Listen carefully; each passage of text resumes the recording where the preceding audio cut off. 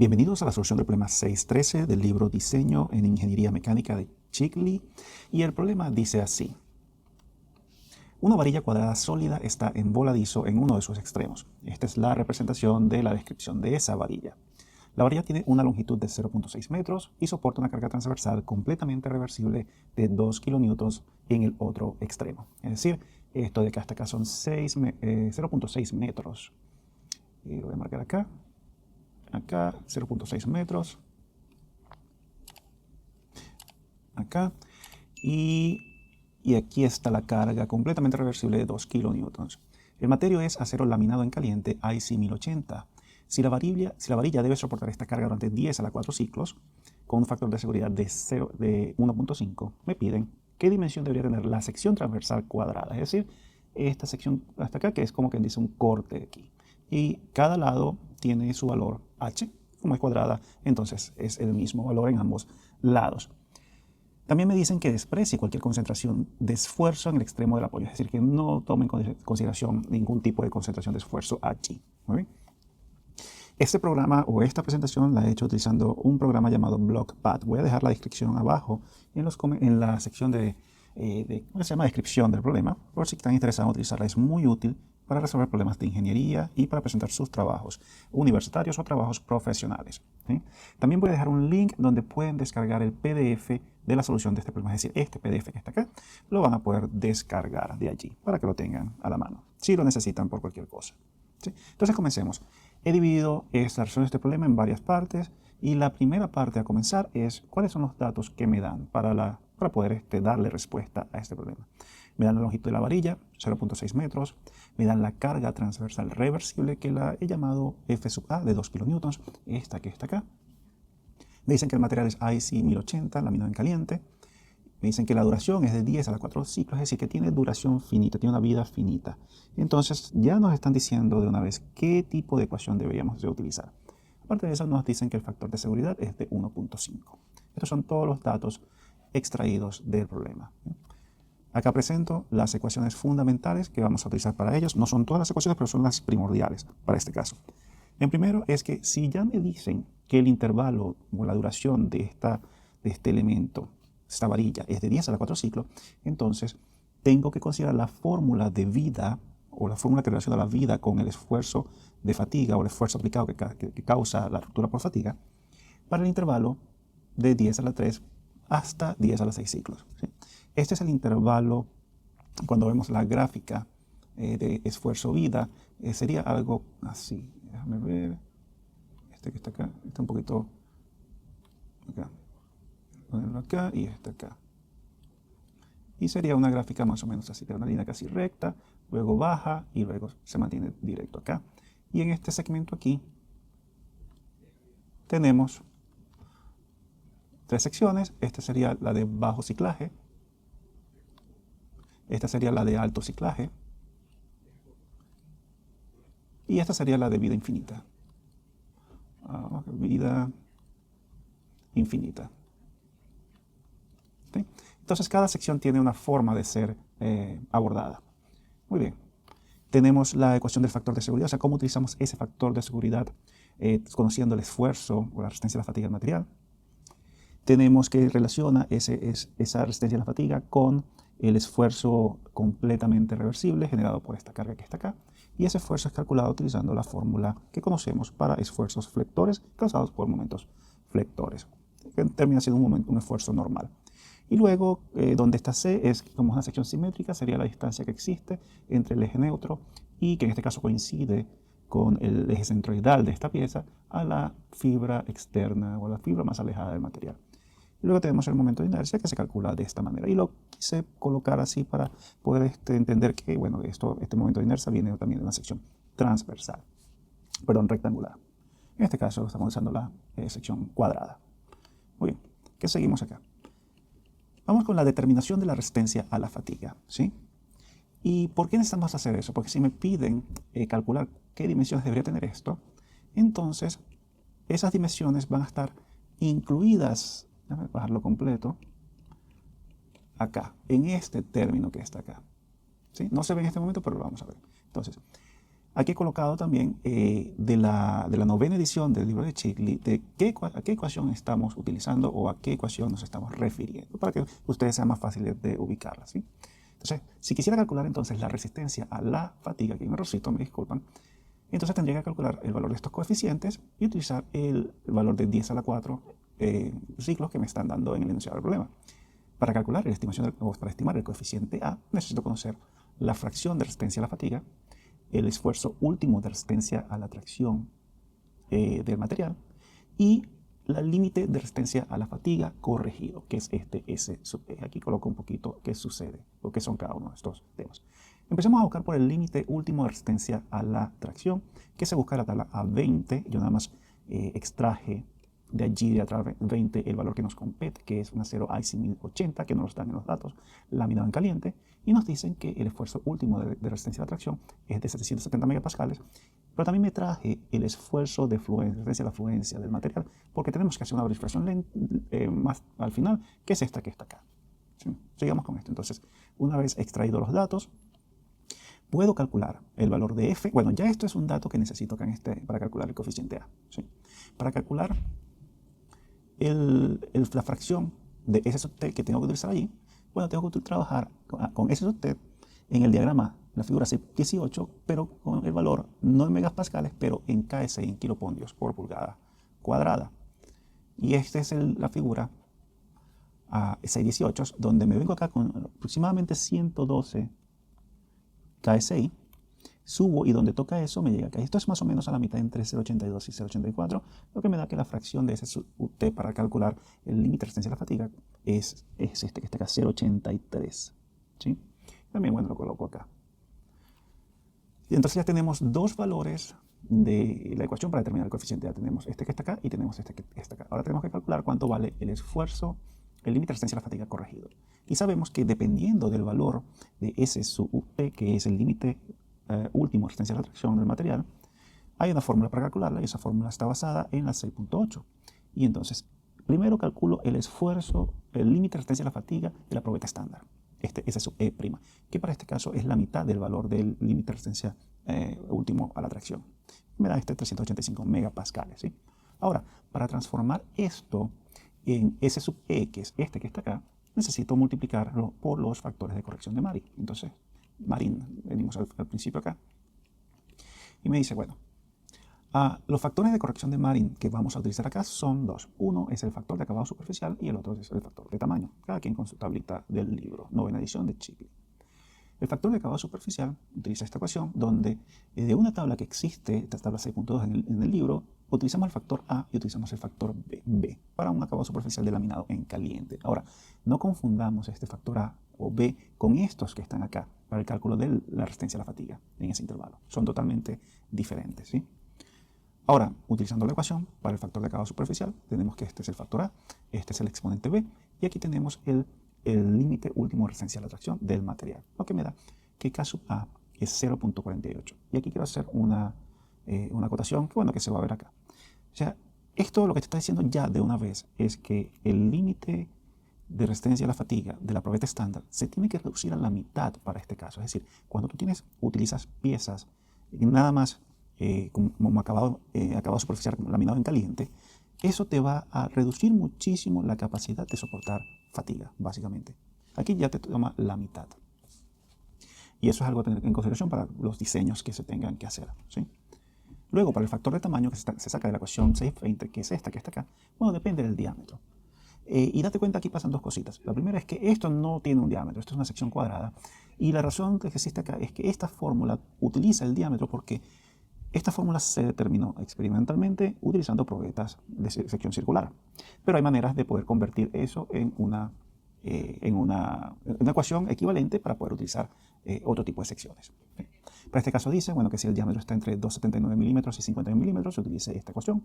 Y de otra manera, o sea, de hecho, si es mayor a 51 milímetros, utilicen esta ecuación. Donde existe es una multiplicación directa con saber el diámetro. Pero lo interesante de todo esto es que no conocemos el diámetro, las dimensiones de esta sección. Por lo tanto, esto sucede muchísimo en cálculos de fatiga donde tenemos que asumir los valores de corrección del límite de fatiga y luego verificar que nuestras hipótesis fueron correctas. Entonces aquí es donde asumimos, este generalmente es el tipo de valor que cuando necesiten asumir algún tipo de coeficiente o factor de corrección de Marin, este es un valor muy recomendable que generalmente se utiliza, ¿sí? Luego, aplicando la fórmula 618, corregimos el esfuerzo, el límite de resistencia a la fatiga de la probeta estándar, multiplicándolo por los dos valores los dos factores de Marin que encontramos, el factor de acabado superficial y el factor de tamaño que lo asumimos, ¿sí? Entonces, en este caso, tenemos este que está acá, tenemos 0,85 que está acá, y me dice que la resistencia a la fatiga, o el límite de resistencia a la fatiga, básicamente pasa de 385 a 160 megapascales. Imagínate esta pérdida de capacidad de resistencia a la fatiga por simplemente tener un acabado superficial laminado en caliente. Ya teniendo entonces este S sub T, y me vuelvo un poquito para acá, sabemos que A depende de F, que lo calculamos, S sub T, que lo extrajimos de la tabla esta que está acá, y el límite de resistencia a la fatiga corregido. Ya teniendo todo esto, lo metemos en la ecuación y me dice que ese coeficiente A es igual a 2556 megapascales. El coeficiente B utiliza esta fórmula donde todos los elementos que necesitamos para calcularlo ya los conocemos, y sencillamente lo que hacemos es introducir otra vez cuánto vale ese F, cuánto vale el esfuerzo último de resistencia a la tracción y ese sub E acá. Todos estos valores, y me da que ese coeficiente B es de menos 0.201. Y vuelvo a recalcar, la belleza de este programa que estoy utilizando, BlockPath, es que una vez que tú declaras el valor de una variable, por ejemplo en este caso, ese sub UT, que es 770 megapascales, lo puedes utilizar en cualquier otra parte del documento y los cálculos, la matemática la hace de una vez, directamente. Tú no tienes que tomar una calculadora para calcular los valores ni nada de eso. Es decir, que si yo quisiese cambiar este valor que está acá porque cometí un error y elegí el material que no era, yo cambiar este valor que está acá, me va a cambiar todo esto, donde aparezca ese CUT lo va a cambiar. Y esto es una ayuda muchísimo para nosotros los ingenieros. En un momento debería hacer algún tipo de video explicando cómo hacer este problema que está acá o cómo utilizar BlockPath. Si lo quieres, simplemente avísame o déjamelo en los comentarios y puedo grabar varios videos explicando un poquito cuál es mi método o el método que yo utilizo para generar estos documentos. Que si lo ven, son dos documentos que están listos para ser entregados a cualquier persona o profesores de la universidad o en proyectos. Entonces, buenísimo. Muy bien. Ahora, resistencia a la fatiga. Sabemos que esta es la fórmula que teníamos como ecuación fundamental. Y voy a bajar un poquito. Y ya conociendo el valor del coeficiente A y el coeficiente B, lo introducimos en esta fórmula. Mira, me dice que la resistencia a la fatiga es de 4.403 megapascales. ¿Qué quiere decir esto? Bueno, sencillamente que si yo aplico 403 megapascales a esa pieza con una flexión completamente invertida o reversible, eso va a fallar a 10 a la 4 ciclos aproximadamente. Eso es lo que quiere decir. ¿Sí? Pero ¿qué hacemos con eso? Bueno, vamos a ver qué fuerza genera este valor que está aquí. ¿Sí? Y para hacer eso necesitamos comenzar con lo que se llama, lo que es la evaluación o la evaluación del esfuerzo aplicado a la varilla. Para ello vamos a calcular cuánto vale el momento máximo. ¿Sí? Y el momento máximo sabemos que es la multiplicación de, un poquito arriba, de la fuerza por la distancia que está acá. Es decir, 0.6 metros por 2 kilonewtons me va a dar el momento flector máximo. Esto que está acá, 2 kilonewtons por 0.6 me da esto que está acá. Ahora, para este caso de carga, que es completamente reversible, la amplitud del esfuerzo variable va a coincidir con la amplitud del esfuerzo, con el esfuerzo máximo. ¿Sí? Y esta es una gráfica, la figura C23F, que muestra ese esfuerzo o carga completamente reversible. ¿Sí? Va hasta un máximo, llega hasta un mínimo, va hasta un máximo, y justamente los máximos, si tomo el valor absoluto de estos puntos, va a coincidir con la amplitud de esta onda.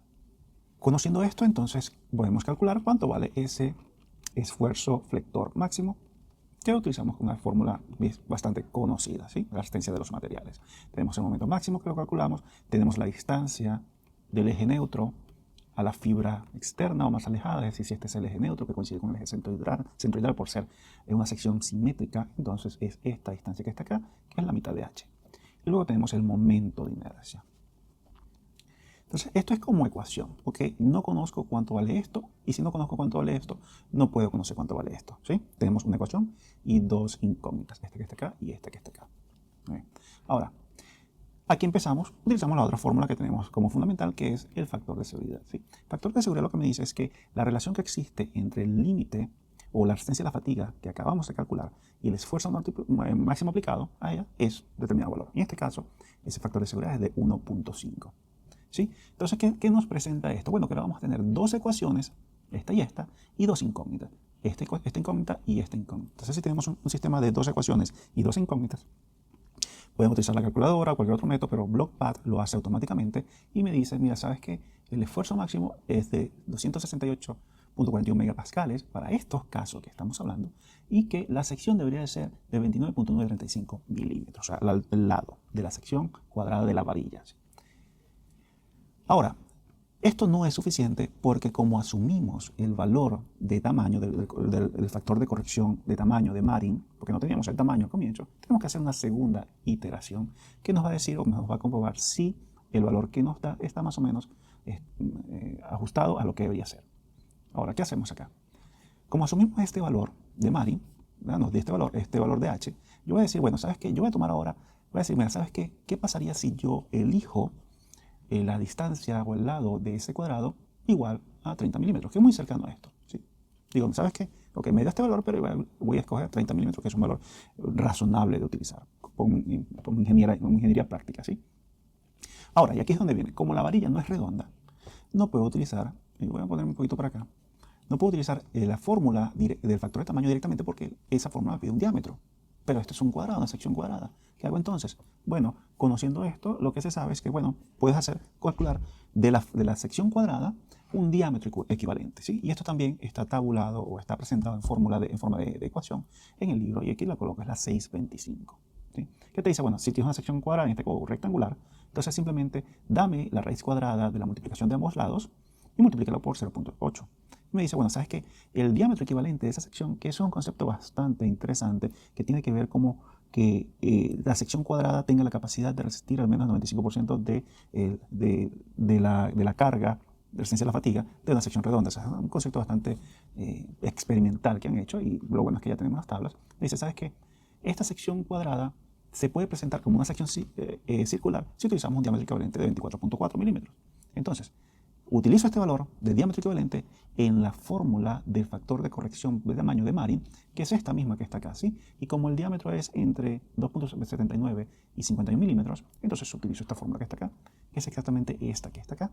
Y ve, aquí me dan los valores, me dice que el valor o el coeficiente que está acá es de 0.88, que es bastante cercano a este que está acá.